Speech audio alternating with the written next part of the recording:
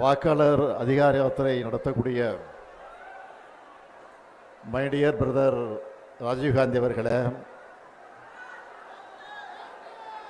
இந்த மண்ணினுடைய மைந்தர் தேஜஸ்வி யாதவ் அவர்களே, என்னுடைய அன்பு தங்கை கனிமொழி எம்பி அவர்களே, காங்கிரஸ் கட்சியினுடைய முன்னோடிகளில் ஒருவர் வேணுகோபால் உள்ளிட்ட பீகாரினுடைய இந்திய கூட்டணி கட்சியினுடைய தலைவர்களே, உங்கள் அனைவருக்கும் என்னுடைய அன்பான வணக்கம்.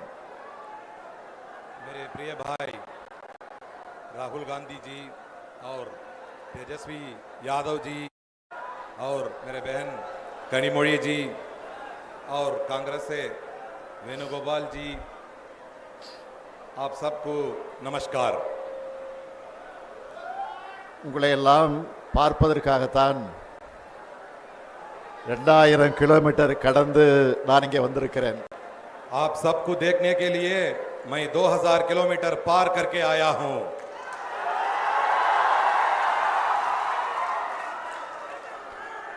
சமூக நீதி, மதச்சார்பின்மை ஆகியவற்றோட அடையாளம் அவர். सामाजिक न्याय और धर्मनिरपेक्षता, यही लालू प्रसाद यादव जी की पहचान है. பீகார் என்றாலே மரியாதைக்குரிய லாலு பிரசாத் யாதவ் அவர்கள்தான் எல்லோருக்கும் நினைவுக்கு வருவார். बिहार के नाम आते ही हमें माननीय लालू प्रसाद यादव जी याद आते हैं. தலைவர் கலைஞர் அவர்களும் லாலு அவர்களும் மிக நெருக்கமான நண்பர்களாக இருந்தார்கள். हमारे नेता कलंजर करुणानिधि जी और लालू जी बहुत घनिष्ठ मित्र रहे. எத்தனையோ வழக்குகள் மிரட்டல்கள் வந்தாலும் பாஜகவுக்கு பயப்படாம அரசியல் செஞ்ச காரணத்தினால இந்தியாவோட மிகப்பெரிய அரசியல் தலைவர்கள் ஒருத்தரா உயர்ந்து நிற்கிறார் லாலு பிரசாத் அவர்கள். कितने ही मुकदमे और धमकियां आई, लेकिन भाजपा से डरे बिना राजनीति करने के कारण लालू प्रसाद जी भारत के सबसे बड़े राजनीतिक नेताओं में एक बनकर खड़े हैं. அவருடைய வழித்தடத்தில் அப்பாவுக்கு தப்பாது பிறந்த பிள்ளையா உழைச்சிக்கிட்டு இருக்கிறார் தேஜஸ்வி அவர்கள். और उनके पक्षिणों पर उनके योगी पुत्र श्री तेजस्वी जी ने संघर्ष कर रहे हैं. கடந்த ஒரு மாத காலமா இந்தியாவே பீகாரை தான் பார்த்துக்கிட்டு இருக்கு. पिछले एक महीने से पूरा भारत केवल बिहार को देख रहा है. இதுதான் பீகார் மக்களுடைய பலம், ராகுல் காந்தியினுடைய பலம், தேஜஸ்வியினுடைய பலம். यही बिहार की ताकत है, यही राहुल गांधी जी की ताकत है, यही तेजस्वी जी की ताकत है. இந்தியாவோட ஜனநாயகத்திற்கு ஆபத்து வரும்போதெல்லாம் அதுக்கான போர்க்குரலை பீகார் எழுப்பியிருக்கு. இதுதான் வரலாறு. जब भी भारत के लोकतंत्र पर खतरा आया, उसका बिगुल बिहार ने ही फूंदा. यही इतिहास है. லோக்நாயக் ஜெயபிரகாஷ் நாராயணன் அவர்கள் ஜனநாயகத்தின் குரலை, சோசலிசத்தின் குரலை எதிரொலித்தார். அதுக்காகத்தான் மக்கள் சக்தியை அவர் திரட்டினார். लोकनायक जयप्रकाश नारायण ने लोकतंत्र की आवाज, समाजवाद की आवाज गुंजाई और जनता की शक्ति को संगठित किया.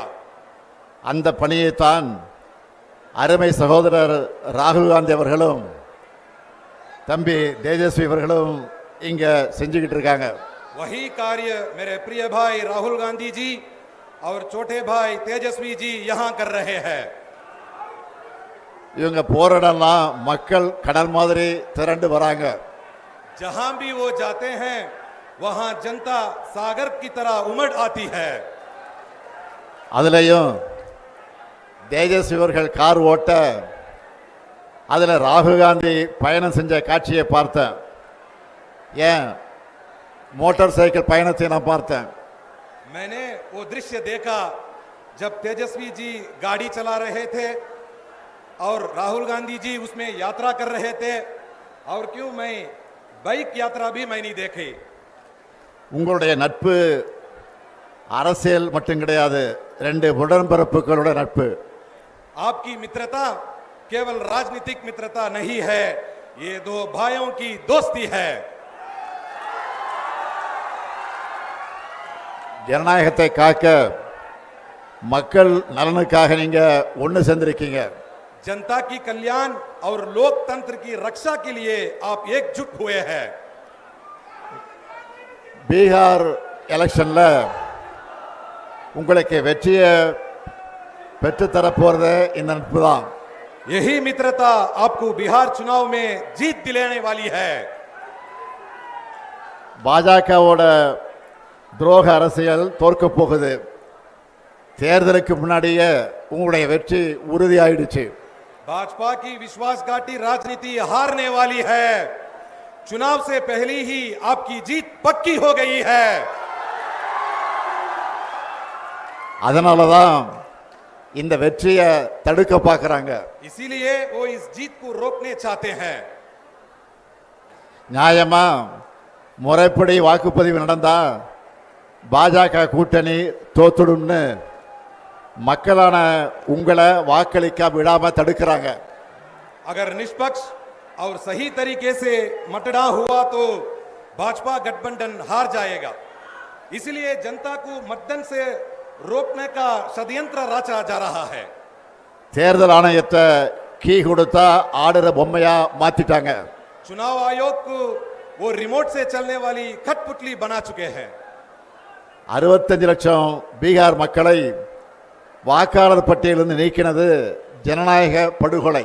65 लाख बिहार वासियों को मतदाता सूची से हटाना लोकतंत्र की हत्या है. சொந்த மண்ணில் பிறந்து வாழ்ந்த மக்களை வாக்காளர் பட்டியலிருந்து நீக்கிறதை விட பயங்கரவாதம் இருக்க முடியுமா? अपने ही जन्मभूमि में जहां लोग रहते हैं उन्हें मतदाता सूची से हटाना क्या ये आतंकवाद से भी खतरनाक नहीं है? எல்லா அடையாள அட்டைகளை வச்சிருந்தாலும் அவங்கள அட்ரஸ் இல்லாதவங்க போல ஆக்குறது அழித்தொழிப்பு தானே. सभी पहचान पत्र होने के बावजूद उन्हें पता नहीं है ऐसा दिखाना क्या ये विनाश नहीं है?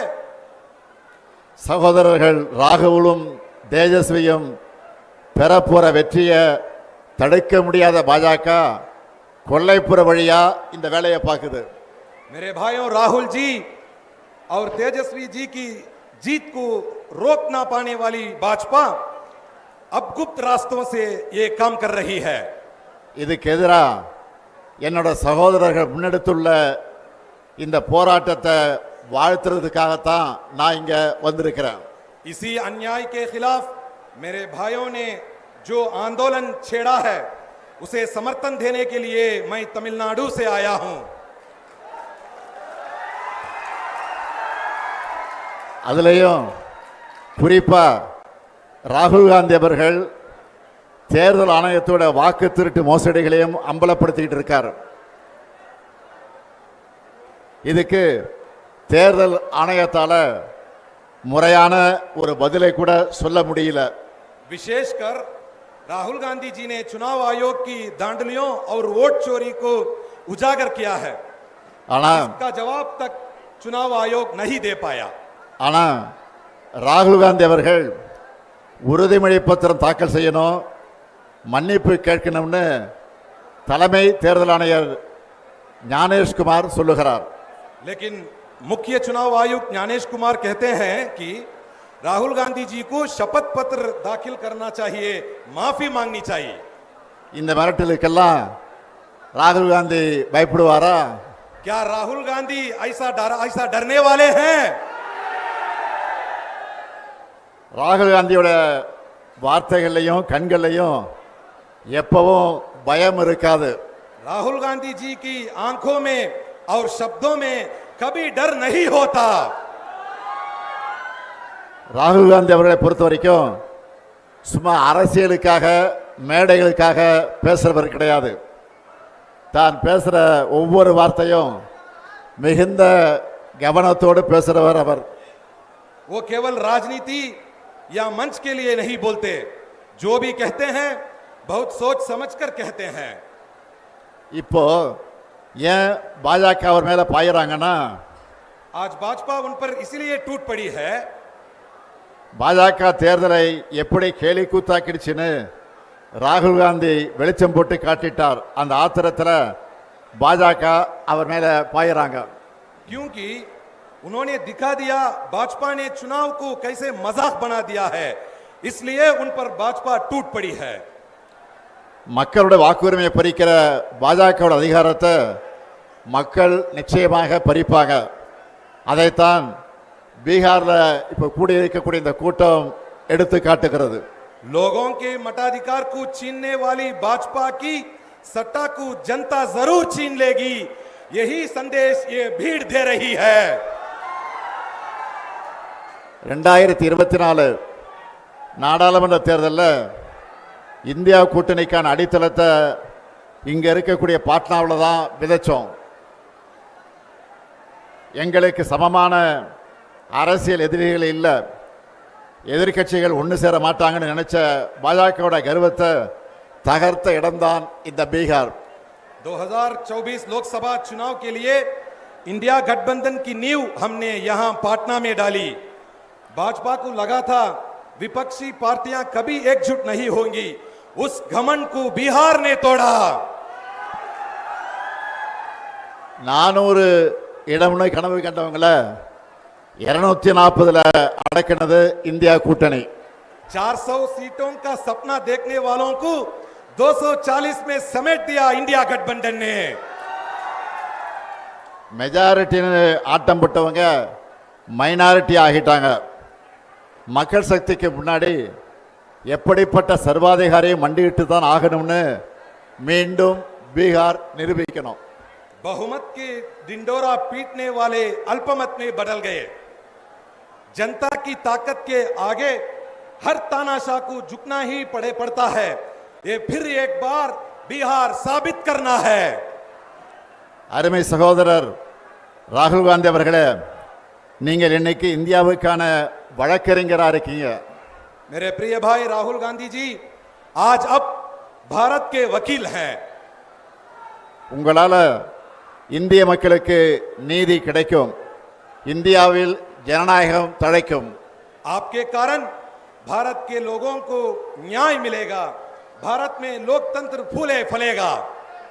மக்கள் சக்திக்கு இணையானது எதுவும் இல்லைன்னு சகோதரர் தேஜஸ்வி காட்டிக்கிட்டு இருக்கார். मेरे भाई तेजस्वी ने दिखा दिया है कि जनता की ताकत से बड़ा कुछ नहीं है. நீங்க 2 பேரும் பீகார்ல பெறப்போற வெற்றி தான் இந்தியா கூட்டணியோட அடுத்தடுத்த வெற்றிகளுக்கு அடித்தளமாக அமைய போகிறது. आप दोनों को बिहार में मिलने वाली जीत इंडिया गठबंधन की आगे की जीतों की नींव रखेगी.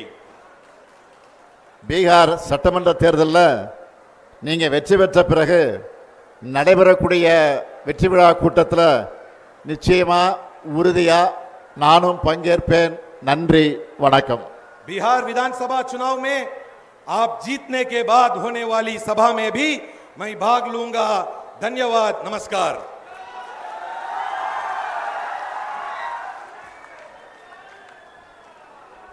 Thank you so much.